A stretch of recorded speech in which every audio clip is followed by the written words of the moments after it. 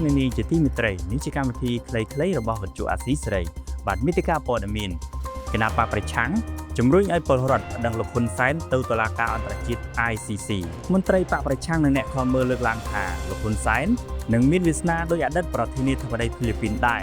ដែលត្រូវបានសមត្ថកិច្ចចាប់ខ្លួនតាមដីការបស់តុលាការព្រហ្មទណ្ឌអន្តរជាតិពីបទអក្រិតកម្មប្រឆាំងមនុស្សជាតិប៉ូលីសអ៊ែងតេប៉ូលបានសហការជាមួយប៉ូលីសហ្វីលីពីនចាប់ខ្លួនអតីតប្រធានាធិបតីហ្វីលីពីនលោក Rodrigo Duterte ដាក់ឃុំឃាំងតាមដីការបស់តុលាការព្រហ្មទណ្ឌអន្តរជាតិ ICC ពីបទប្រឆាំងមនុស្សជាតិលោក Duterte អាយុ79ឆ្នាំត្រូវបានសមត្ថកិច្ចចាប់ខ្លួននៅឯអាកាសយានដ្ឋានរដ្ឋធានីម៉ានីលក្នុងដំណើរដែលលោកវិលត្រឡប់ពីទីក្រុងហុងកុងនៅថ្ងៃទី11ខែមីនានេះបច្ចុប្បន្នលោក Duterte កំពុងស្ថិតក្នុងការឃុំឃាំងរបស់អាជ្ញាធរចំណែកឯលោកហ៊ុនសែននៅកម្ពុជាឯនេះវិញក៏ត្រូវបានលោកម៉ូតុនខ្លាដែលជាមេធាវីអាមេរិកកាំងនិងតំណាងមេធាវីសម្ព័ន្ធអ្នកតស៊ូមតិដើម្បីប្រជាធិបតេយ្យនិងសិទ្ធិមនុស្សដាក់ពាក្យបណ្ដឹងព្រហ្មទណ្ឌទៅលើមេដឹកនាំគណៈបកប្រជាជនកម្ពុជារូបនេះទៅកាន់តុលាការព្រហ្មទណ្ឌអន្តរជាតិដែរកាលពីដើមឆ្នាំ2014ពីបទរំលោភសិទ្ធិមនុស្សនិងរារាំងការស្វែងរកយុត្តិធម៌សម្រាប់ជនរងគ្រោះក្នុងរបបខ្មែរក្រហមទោះយ៉ាងណាអ្នកនាំពាក្យគណៈបកប្រជាជនកម្ពុជាលោកសុកអេសានថារឿងរ៉ាវដែលកើតឡើងនៅក្នុងប្រទេសហ្វីលីពីនមិនអាចកើតឡើងនៅប្រទេសកម្ពុជាឡើយ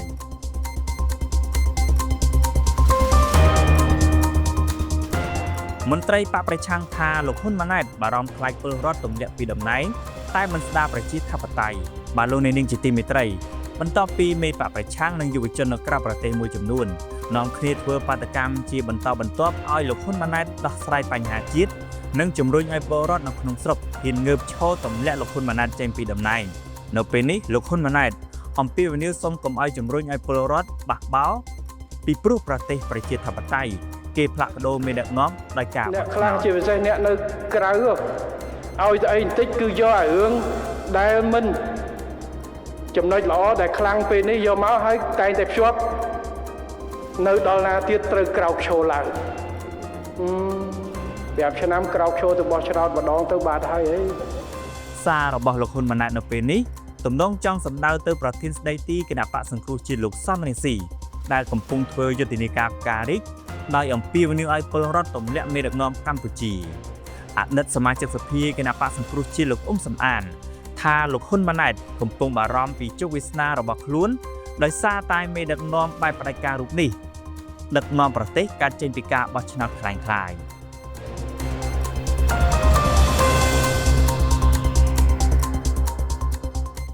សមត្ថកិច្ចឃាត់ខ្លួនជនជាតិចិន4នាក់និងខ្មែរ2នាក់ពាក់ព័ន្ធករណីចាប់ចម្រិតនៅក្រុងភ្នំពេញជនសង្ស័យជាជនជាតិចិន4នាក់និងខ្មែរ2នាក់ត្រូវបានសមត្ថកិច្ចចាត់ប្រកាន់ពីបទពាក់ព័ន្ធករណីចាប់ចម្រិតទារប្រាក់អ្នកនាំពាក្យកងរាជអាវុធហត្ថលើផ្ទៃប្រទេសលោកអេងហ៊ីបដិសេធមិនធ្វើអត្ថាធិប្បាយជុំវិញការបង្ក្រាបនេះឡើយ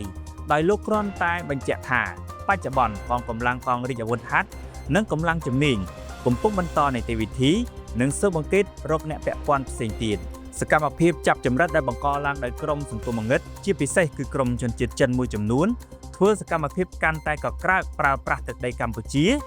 ជាជំរកអក្រិតកម្មចាប់ចម្រិតមនុស្សទារប្រាក់ដោយសកម្មភាពចាប់ចម្រិតរបស់ក្រុមអក្រិតជនទាំងនោះត្រូវបានគេមើលឃើញថាមានរូបភាពកាន់តែសាហាវខណៈពួកគេមួយចំនួនហ៊ានសម្លាប់ពលរដ្ឋខ្មែរដើម្បីបំបិទមាត់ជំវិញប្រតិបត្តិការរបស់ពួកគេ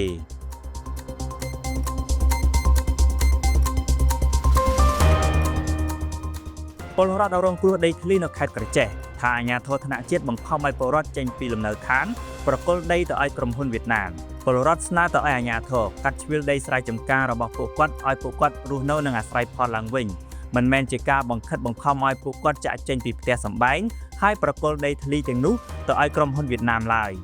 ពលរដ្ឋលើកឡើងដូចនេះធ្វើឡើងក្រោយពេលដែលអាជ្ញាធរថ្នាក់ជាតិមកពីខាងក្រសួងកសិកម្មនៅថ្ងៃទី11ខែមីនាបានចុះទៅជួបពលរដ្ឋរងគ្រោះដីធ្លីនៅឃុំកោះខ្ញែស្រុកសម្បូរខេត្តក្រចេះ